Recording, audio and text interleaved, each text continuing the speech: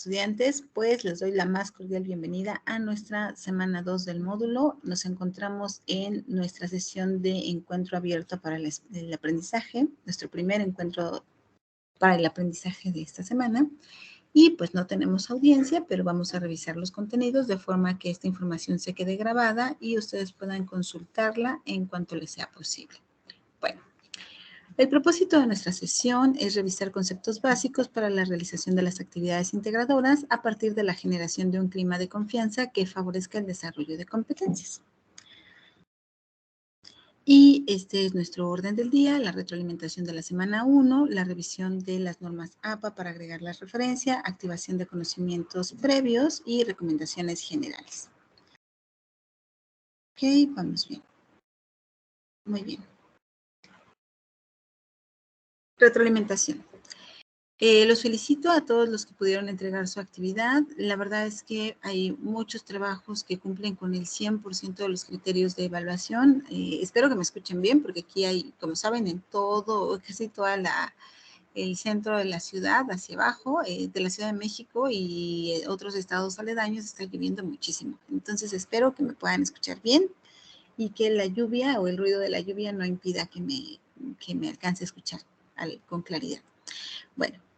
Entonces, no hay problemas en el uso de Word, no hay problemas en el uso de la plataforma, la mayoría editan los trabajos, los nombran con la nomenclatura que se solicita, editan pues el tamaño de la letra, la tabla que se tiene que entregar, en general lo hacen bien.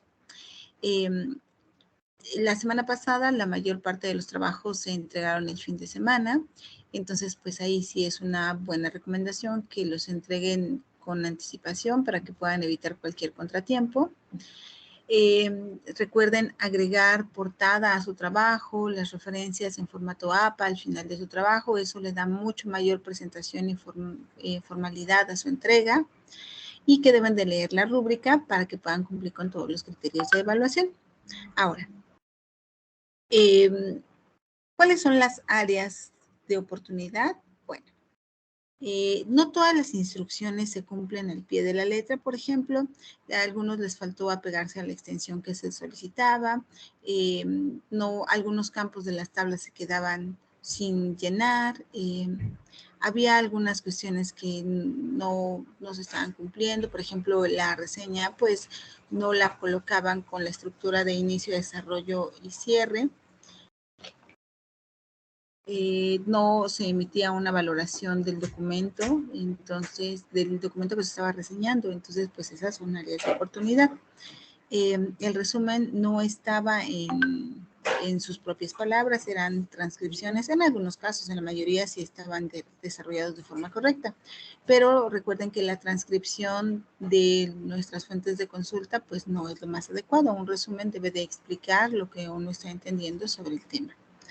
Y en algunos casos, pues también se omitieron los conocimientos previos, lo que tú sabes sobre el tema. Esto es muy relevante porque gracias a los conocimientos previos podemos enlazar el conocimiento que ya tenemos con los nuevos conocimientos que vamos a adquirir. Ahora, ok, las ediciones solamente se pueden realizar cuando la actividad no tuvo una calificación aprobatoria y la calificación y la retroalimentación se realiza en un plazo no mayor a 72 horas. Entonces, no se desesperen, por favor, si de pronto ven que empezamos a llegar a las 72 horas. Siempre las calificamos antes de ese periodo, entonces no se preocupen, sean un poquito pacientes, a veces se carga un poquito el trabajo y no siempre califica uno con la prontitud que ustedes quisieran, pero siempre se califican sus trabajos antes de las 72 horas. Ahora, materiales disponibles, tenemos que están en la plataforma y que es importante que lean, es el conocimiento científico, características de la ciencia, el método científico, la biología en mi vida, explicar y entender qué es un fenómeno natural. Ahora, estos son los materiales que tienen que leer y entonces ahora les voy a recordar cuáles son los datos que deben de incluir en sus referencias para que puedan tener la estructura adecuada. Cuando se trata de un libro impreso, lo que vamos a señalar es el apellido del autor, una comita y la inicial del primer nombre del autor, seguido del año en el que se editó o se publicó este libro, y después el título de la publicación. ¿Cómo se llama este libro? Esto va en cursivas.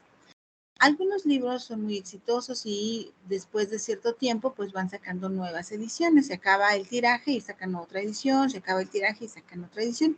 Cuando eso sucede tenemos que señalar cuál es la edición que estamos revisando. Entonces aquí, por ejemplo, este libro se revisó la 10ª edición. Después se coloca un puntito y se pone el lugar en el que se editó, de dónde es este libro, 2 puntos, la editorial. Todos estos datos vienen en el libro, en la portada y la contraportada, ahí podemos obtener estos datos. Pero cuando se trata de una referencia que obtuvimos de internet, cambia un poquito.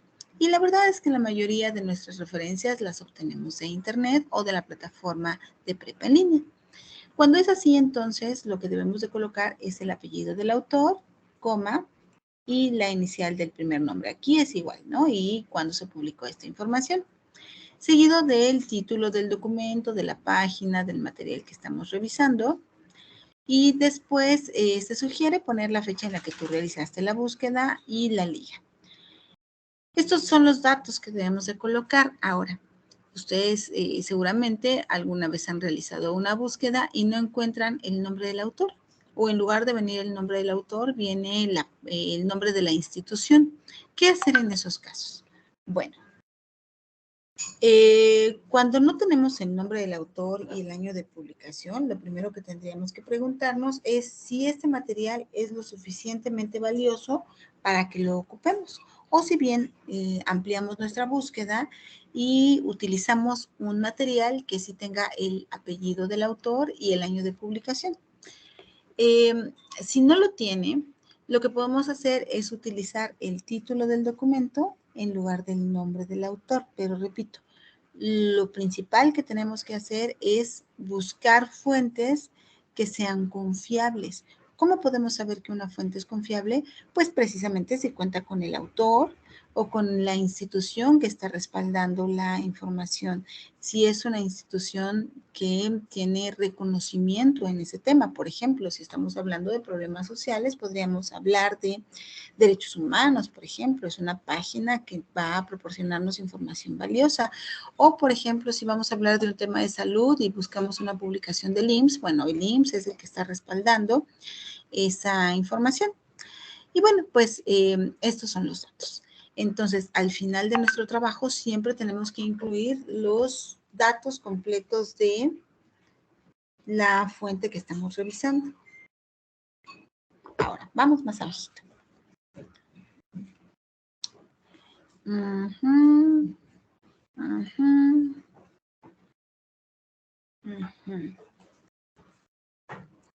Bien. Vamos a platicar un poquito más de lo que es la ciencia y cuáles son sus características para que ustedes puedan realizar las actividades de esta semana. Cuando hablamos de ciencia, nos referimos al conjunto de conocimientos que obtenemos mediante procedimientos que son sistemáticos, objetivos y verificables. Es decir, nosotros conocemos muchas cosas, ¿no? De las cosas que conocemos, algunas derivan de nuestra experiencia. El conocimiento que obtenemos de nuestra experiencia es un conocimiento práctico, digamos, lo que sucede todos los días en cada uno de los momentos de nuestra vida, ¿no? Eso es un conocimiento y es un conocimiento valioso. Hay muchas cosas que sabemos de forma empírica, es decir, como consecuencia de la experiencia. Pero hay un conocimiento que no obtenemos de la experiencia, sino que obtenemos a partir de la aplicación del método científico. A este conocimiento le llamamos conocimiento científico y busca explicar las causas y la naturaleza de diferentes fenómenos a partir del método científico, como ya se los había comentado. Este método científico se basa en la observación, en el planteamiento de un problema y en la recolección de los datos.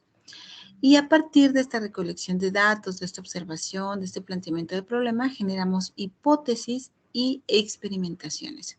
En el caso de las ciencias naturales, se puede hacer una experimentación con controles muy rigurosos. Una de las ciencias naturales que tenemos es la biología. La biología se encarga del estudio de la vida. Y esta biología o la biología, al igual que otras ciencias, al ser consideradas como tales unas ciencias, las características que tienen son las siguientes. Una ciencia o la ciencia en general es sistemática. ¿A qué nos referimos cuando hablamos de sistemático? Pues que debe aplicar y respetar ordenadamente las etapas del método científico. No se vale saltarse ningún paso, no podemos hacer un paso antes que el otro generando un desorden. El método científico es una serie de pasos que se tiene que seguir rigurosamente.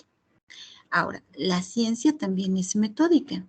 Eso significa, pues, que aplicamos el método científico para poder formular procedimientos que nos permitan llegar a un conocimiento determinado. La ciencia es objetiva. Cuando hablamos de objetividad, significa que dejamos lo subjetivo a un lado, es decir, las interpretaciones que tenemos nosotros de los eventos. Por ejemplo, digamos que si yo les dijera, ¿qué les parece un día lluvioso? Hay quienes podrían decir, pues es un día agradable, hay quienes podrían decir que es un día feo, hay quienes podrían decir que es un día aburrido. Todos esos comentarios son subjetivos, lo que significa que proceden de nuestra valoración personal del evento. La ciencia no se basa en las opiniones personales, sino en datos específicos.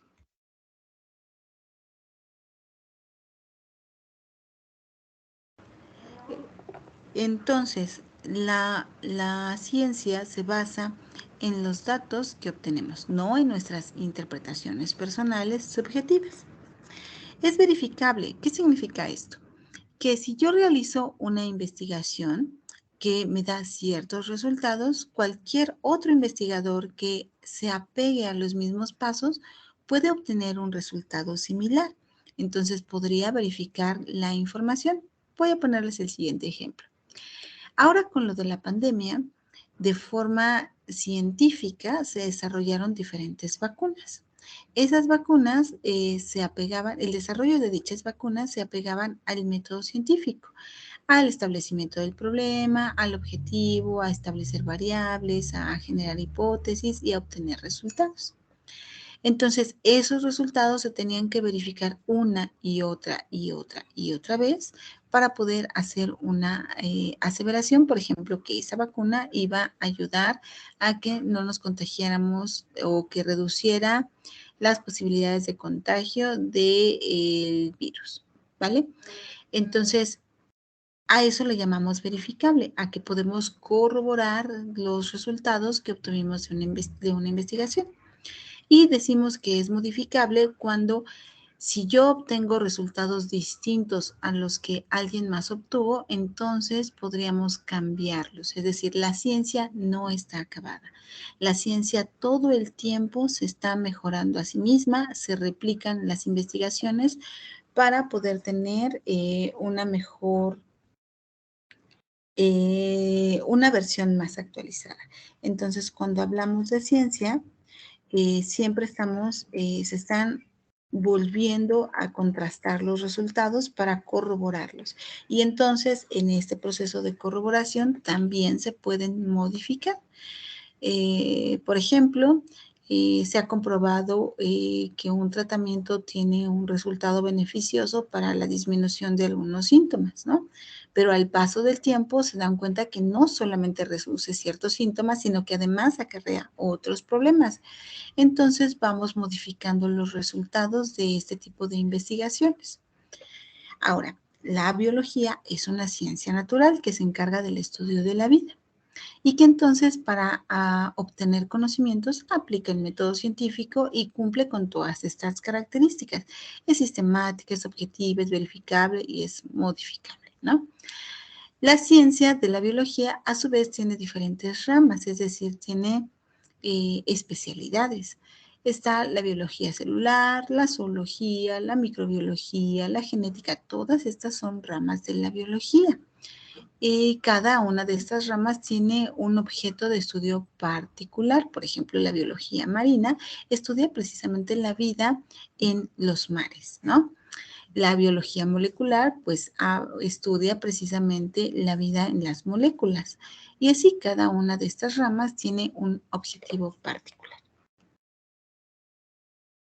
Las ciencias, bueno, esta diapositiva la vamos a pasar para acá. Ahora, ya hablamos de la biología, ¿no? Y de las características de la ciencia. Pero nos faltó mencionar que las ciencias se pueden clasificar, que hay diferentes tipos de ciencias. Entonces tenemos las ciencias fácticas, que cuando hablamos de una ciencia fáctica significa que alude a aquello que se vincula a los hechos. ¿Qué quiere decir esto? Algo que existe, algo que pasa, algo que podemos visualizar, tocar, confirmar. Entonces, las ciencias fácticas obedecen a hechos que existen. Y estas ciencias fácticas se pueden dividir en ciencias sociales y en ciencias naturales. Las ciencias sociales estudian el comportamiento de los grupos humanos, cómo nos desarrollamos, cómo nos desenvolvemos cuando estamos en grupo. Y las ciencias naturales estudian a los seres vivos, no solo a las sociedades, sino a los seres vivos. ¿Qué es un ser vivo? Pues cualquier tipo de animal, una planta, un hongo, los minerales o los elementos químicos. Entonces, todos esos fenómenos son objeto de estudio de las ciencias naturales. Por eso es que cuando hablamos de biología, tenemos desde algo que es minúsculo hasta algo que es gigantesco, ¿no? Un animal grande o la microbiología que estudia los organismos pequeñitos. Entonces, las ciencias naturales, la biología pertenece a las ciencias naturales, se encargan de estudiar los seres vivos, los animales, las plantas, los hongos, los minerales y, como ya les decía, los elementos químicos. Ahora, por otra parte, bueno, las ciencias sociales y las ciencias naturales pertenecen a las ciencias fácticas, pero también están las ciencias formales. ¿Cuáles son las ciencias formales? La matemática y la lógica. ¿Y cuál es su característica? Que estudian entes que no son palpables, es decir, que no se pueden tocar, que no se pueden mirar, que no existen fuera de la mente humana. Las matemáticas y la lógica existen en nuestra mente y se estudian, claro, y tienen leyes, pero derivan exclusivamente del pensamiento. Entonces, esta es la división de las ciencias. Y bueno, pues hasta el momento no tenemos participantes en nuestra sesión, entonces por el día de hoy vamos a quedarnos hasta aquí en esta explicación. Espero verlos el viernes a las 8 de la noche para poder continuar con estas recomendaciones. Lo que deberíamos de hacer en este momento es responder sus dudas sobre cómo realizar las actividades integradoras, pero ya que no tenemos audiencia, vamos a dejar hasta aquí nuestra sesión y lo retomamos el viernes. Espero que me hagan llegar sus dudas para que pueda yo incluirlas en nuestra sesión de encuentro para el aprendizaje.